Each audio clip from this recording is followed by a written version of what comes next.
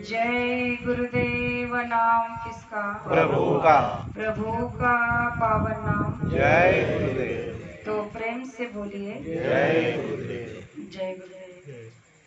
सबसे पहले योग परिवर्तक परम संत बाबा जय गुरुदेव जी महाराज, इनके चरणों में अरबों खरबों प्रणाम। ईश्वर भगवान और उनकी दृश्य अदृश्य शक्तियों को कोटि कोटि प्रणाम।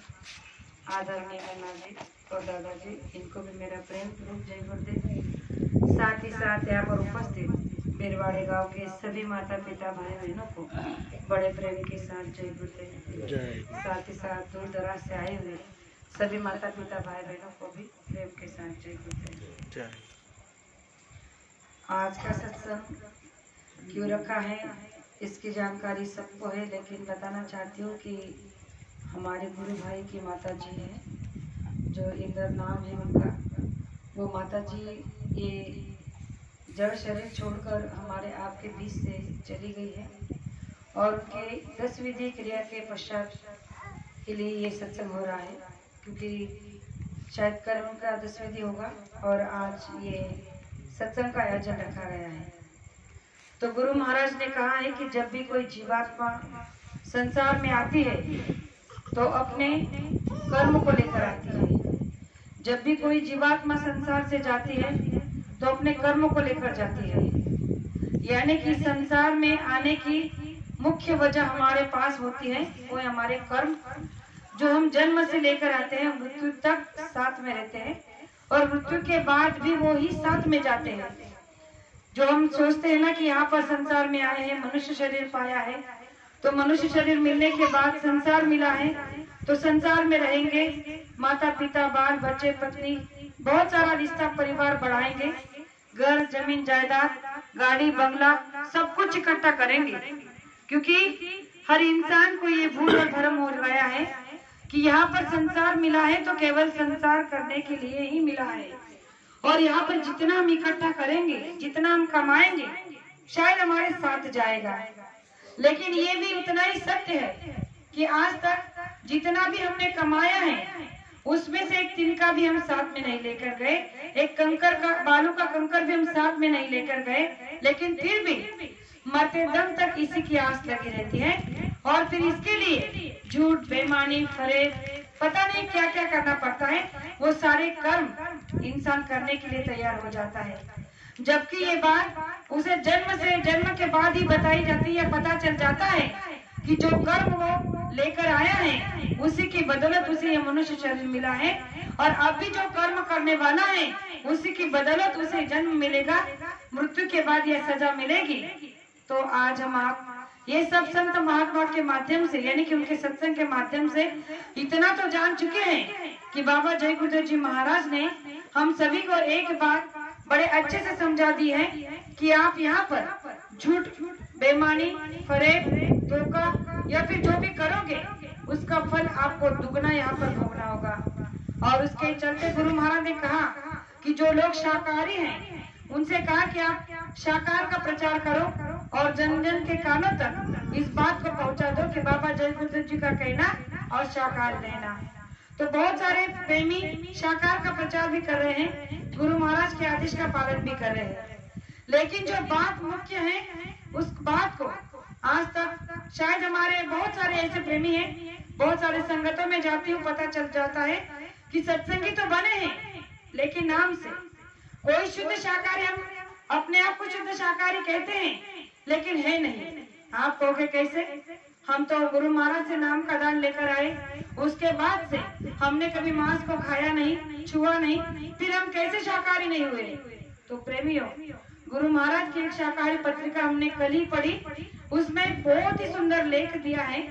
उसमें गुरु महाराज ने कहा कि सच्चा शाकाहारी, सच्चा सत्संगी और सच्चा नामदानी कौन है और कौन नहीं है, इसके बारे में उन्होंने एक छोटा सा लेख दिया था। उस पेज में उन्होंने लिखा है कि आप शुद्ध शाकाहारी कैसे हो सकते हो और कैसे नहीं हो सकते हो। तो हमने बहुत सारे हमारे सत्संग के प्रेमियों के घर में भी जाकर ये बातों को सुना है कि जब हम किसी से मिलते हैं तो हमारी बहुत सारी बहनें ये कहती हैं, जैसे कि रिश्ते में परिवार में कहीं जाते हैं तो हमारा पूरा परिवार शाकाहारी नहीं होता है, ऐसे बहुत सारे प्रेमियों के घर में है कि उनके बेटे मांस खाते हैं, उनकी बहू मांस खाती है, उनके पोते मांस खाते हैं, और अगर घर के लोग नहीं खाते हैं तो रिश्तेदार खाते हैं।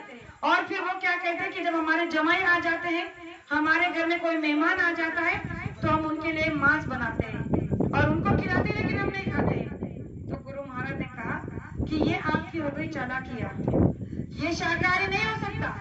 गुरु महाराज ने कहा कि जितना पाप जिस मांस को जो कसाई जो है जिस बकरे को काटा है खरीद कर, जो पाप कर्म उसे लगा है, जो सजा उसे मिलने वाली है, वही सजा किस किस को लगती है, ये गुरु महाराज ने उस पेपर में शाकाहारी पत्रिका में दिया है कि जो बकरे को खरीद कर मारता है और उस बकरे का मांस खरीद कर जो घर लाता है, और घर लाने के बाद जिस मांस को धोकर पकाकर जो खिलाती है और जो खिलाती है, वो भी उतना ही उस पाप के भागीदारी है।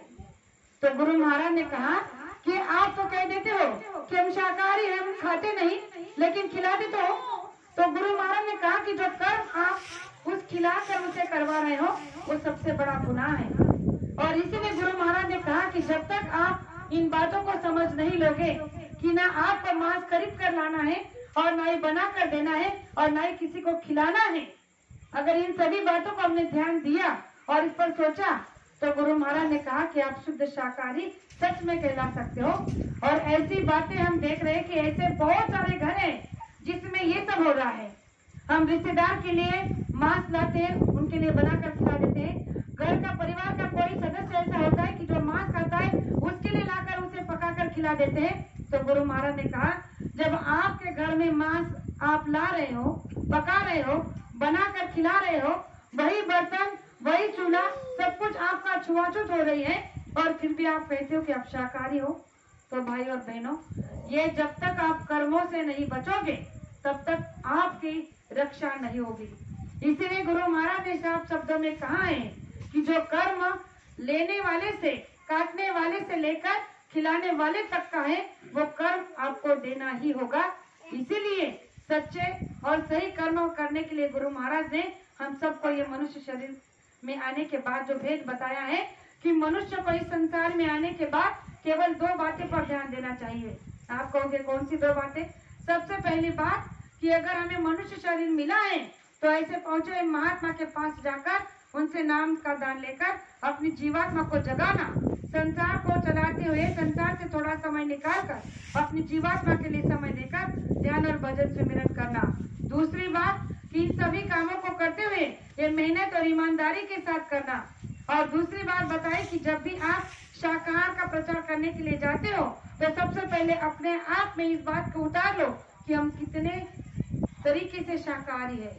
अगर ये सब बातें हमारे अंदर बहुत ही शुद्ध हैं, बहुत ही प्योर हैं, तो गुरु महाराज ने कहा कि आप एक नेक सत्संगी कहलाने के लायक हो। और आज हम देख रहे हैं कि ऐसे बहुत सारे परिवारों में यही सबको गड़बड़ी चल रही है कि बहुत सारे परिवारों में बहनें कहती कि क्या करें, हमारे पति मानते नहीं इसलिए बनाना पड़ता है, क्या करें हमारे बेटा मानता नहीं इसलिए बनाना पड़ता है। लेकिन बहनों, जो बनाकर आप खिला रही हो उसमें आपका कितना बड़ा नुकसान हो रहा है, इस पर आपने कभी सोचा ही नहीं। आपने गुरु से तो नाम का दान ले लिया, लेकिन नाम के दान लेने के बाद आपने अपनी सच्ची ड्यूटी नहीं निभाई। अगर आप किसी जीव की हत्या नहीं कर सकती या नहीं किया है, लेकिन उस जीव की हत्या कर जो मांस आपके घर में लाया है, उस मांस को पकाकर खिलाने में भी आपका उतना ही सहयोग है, उतना ही गुनाह है, उतना ही अपराध है जो आपके घर में आप खा रहे और जिसको खिला रहे हो। तो मैं आपसे इतना ही कहना चाहूंगी कि बाबा जय गुरुदेव जी महाराज ने इन सब बातों पर बहुत गौर से ध्यान देने के लिए कहा है। इस पर एक छोटा सा 2 मिनट का प्रमाण देना चाहती हूँ कि शुद्ध शाकाहारी रहने के लिए और गुरु महाराज ने यह आदेश क्यों दिया है। एक बार गौतम बुद्ध रास्ते से जा रहे थे तो एक नगर में उन्होंने देखा कि एक राजा और उसकी प्रजा कुछ भीड़ के साथ इकट्ठा थी। तो गौतम बुद्ध ने वहां जाकर देखा और पूछा कि यहाँ क्या चल रहा है। तो राजा ने कहा कि प्रजा को सुखी करने के लिए जो अकाल पड़ा है, तो हमें किसी ने कहा है, किसी मंत्र ने, किसी ज्योतिष ने, कि भाई इस राज्य के अकाल को दूर करने के लिए आपको किसी बकरे की बलि देनी होगी, और इसीलिए इस बकरे को हम बलि दे रहे हैं। तो गौतम बुद्ध ने कहा कि अच्छा, तो इस बकरे को मारने के बाद क्या होगा? तो राजा ने कहा कि क्या होगा इसे मारने के बाद जो है मेरी प्रजा सुखी हो जाएगी और इस प्रजा पर, इस राज्य पर जो अकाल पड़ा है, जो दुष्काल पड़ा है, ये दूर हो जाएगा। तो गौतम बुद्ध ने कहा कि अच्छा है, लेकिन इस बकरे का इससे क्या ताल्लुक, मरने के बाद इसका क्या होगा? तब उस राजा ने कहा कि अरे इसका क्या होगा, ये तो सीधा स्वर्ग जाएगा। अगर अच्छे काम के लिए इसकी बलि दी जा रही है तो ये स्वर्ग में चले जाएगा, इसे मनुष्य शरीर मिल जाएगा, और क्या होगा। तब गौतम बुद्ध ने हाथ जोड़कर उनसे कहा कि देखो राजन, अगर ऐसी बात है कि मरने के बाद ये बकरा स्वर्ग जाने वाला है, तो आप एक काम करो, मेरी बलि चढ़ा दो, क्योंकि मरने के बाद अगर मैं सीधा स्वर्ग जाऊंगा तो इससे बड़ा पुण्य का फल आपको क्या मिलेगा। तो आप एक काम करिए, मेरी बलि चढ़ा दीजिए और मुझे मार दीजिए, क्योंकि मैं भी स्वर्ग जाना चाहता हूँ।